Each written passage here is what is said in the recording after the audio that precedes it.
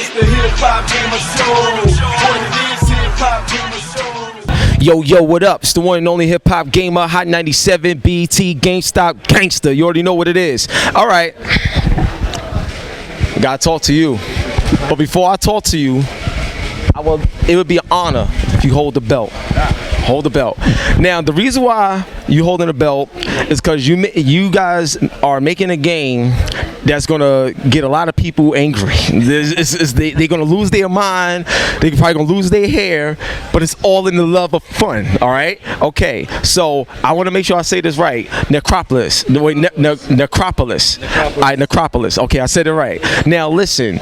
Now you have a lot of crazy Dark Souls fans out there in the world and stuff like that. And when I played this, I had that feel, but the look is crazy different. So the first thing I want to talk about is the art direction. Sure. It looks phenomenal. Oh. Period. So what was the whole idea behind, the art direction and the lore of the character in the world? Yeah, so when we started out the game, we started out with the combat system, and we were looking around, and we had done some other games, and we wanted to pull back a little bit and kind of see how abstract we could get. Got more and more abstract, and we got our thief. We did one guy that was kind of a bigger guy, but he didn't quite work, and so then we kind of scaled her down and made her like really fast and kind of deadly looking, and once we got that, we felt like we had the combat, and we took out the textures and everything, and it just started really singing to us like, this is our game. Like, it matches the humor, it feels fast, it feels deadly, but it's still kind of fun. Now, what's the story behind this game? And the reason why I'm jumping so quick with the story is because the name of the game is very mysterious to me. Like, you know what I'm saying? So I'm trying to figure out, why would you name this game this? What's the story? Like, why is this happening? Can you walk us through that? Sure. So the story of the game is that you are an adventurer, and you're going to go into the Necropolis, which is this ancient temple built by the greatest mage that ever lived, Abraxas. Cool. He's been gone a long time. Nobody knows what happened to him, but you're headed in there. You're going to try to get some treasure. In the meantime, you kind of end up working with his sort of Jarvis character, this butler that he's had, the Brazen Head. And the Brazen Head doesn't seem to be all there. He's kind of losing it a little bit, but he wants you to work with him. And so you're going to work with the Brazen Head and try to get further and deeper into the Necropolis and eventually find your way out.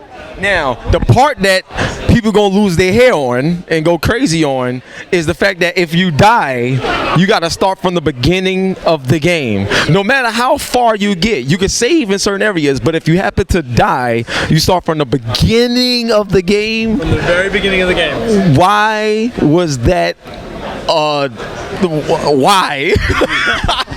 Why? Yeah. So it's permadeath. Permadeath. That's what you call it? Yeah, that's what we call it. When you die, that's it. Yeah, that's it for that character. So. Whoa! You said that's it for that character, meaning that there's multiple. Wait, there's multiple characters that you. Well, that's it for the person. That when that person dies, that person doesn't like come back. You can't like reload him or something like that. He's gone. Yeah. So what that does for us is it gives us a game that's really hard to play. It's really fun. Death means a lot in this game, so you really want to try to keep alive. And it gives us that kind of roguelike kind of feel where you really got to pay attention to everything that's going on. Now, there is some stuff that can help you out because there's these spell books called codexes, and you can get those, and those will last between players. And so you can use those to do all sorts of crazy things to the next character. Like, you can make that character jump 3 times as high, or they can get health back whenever they attack an enemy. So after that, you can run up and attack guys, and you'll be getting healed as you attack with that codex. So that gives you a leg up on the next time through. So now you said this is procedurally developed and stuff like that, right? In terms of the levels, like, so you'll never see the same thing twice and stuff like that as you go. Same layout for sure. Yeah. Not the same layout. So, and I always wanted to ask this question to like developers, like, how in the hell is that even possible? Where you like for real, like, I've seen it be done, but damn, like, it's just mind blowing to me. So I wanted to ask you is, from a technical standpoint, like, how is that even developed where the game kind of like has a mind of its own on what it want to gives, on what it wants to give the gamer? Because this is just phenomenal to me. Yeah. So the whole game is built with like little blocks, basically. We call them modules. It's a room of a certain size, and it spawns in that, and then inside that we put it in other little blocks that can change in and out. So it might might be a treasure chest or it might be enemies. So even within each little block, the level layout is changing a little bit. And then it's just a lot. We have an algorithm that lays it all out and makes sure that it obeys certain rules, that you don't have any dead ends, and that you can find your way down. And once it all lays out, it's pretty fun to see. I don't think the player will ever get to see it, but you can see it all laid out like a map, going deeper and deeper. That's crazy. Now, as you proceed through the game and stuff like that, right, I can imagine the type of armor and the type of weaponry that you level up to. Now, I died a lot right off the bat, you know what I'm saying? So, but I'm interested to know what will you see an hour, 2-3 hours into the game, like, you know what I'm saying, in terms of what you'll be able to use and the difference your character be from, you know, the beginning up to this point. Yeah, so there's a lot of different tiers of weapons and armor.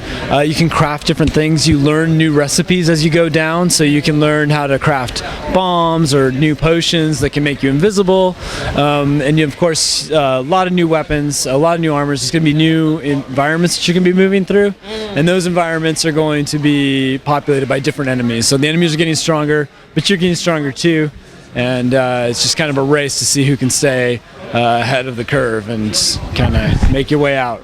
Now, when it comes to the combat, here's my main thing, because this is my whole beat. You don't understand, I'll be having arguments over Dark Souls 3, dog. I'll be having arguments, man, and because the combat system, so in Necropolis, the way the combat system is, can you change the buttons? And the reason why I ask that, because I'm not really the biggest fan of the shoulder buttons being attack buttons. So can you change the button? If not, it's cool. But the way the game comes at you, it's like so many people, and you got to kill the person that's making the noise and try to get to him and get to that. It's just so much stuff, and it's so challenging. So is there any slight forgiveness that you put in this game? Is there any type of forgiveness that you put in this game? I'm afraid that, you know, we're small. We're a small studio, so we couldn't do the button remaps. So we're kind of stuck with our control layout. There are some things that can help you out. For one thing, we've got co-op multiplayer, so you can work with 3 of your friends together to take on the Necropolis, and you can all get each other back up when you're down. So you can spot each other as you're going down. So there's a little bit of forgiveness there. So I got a major question for you. If one of your friends die, do the whole game stop, or do you continue on without that person, or can you revive that person? That's a good ass question. That's a great. You know what I'm saying? I'll give you a high five with that one, sweetie. That's a great question. Yeah. So you can revive your friends if they pass out. Thank you. See, that's all I needed. Like, you know, I just needed something. Like, but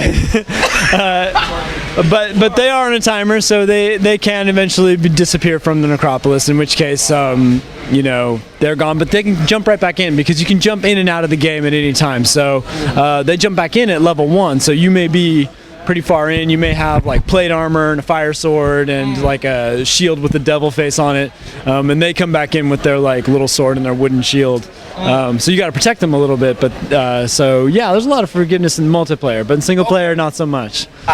Last question, and this question is gonna be crazy. I love asking this question. Yo, shout out to my man D real quick. What's good, baby? You don't say you already know what it is, man. So listen, my last question. What was the first video game you ever played in your life that made you want to become a developer? That one for me is Ocarina of Time. Oh, you serious? The Zelda? Yo, I got the Zelda book bag with me right now. Yo, y'all give me another hug on that one, son. You serious? Yeah. All right, so what about that game that told you, like, you know what?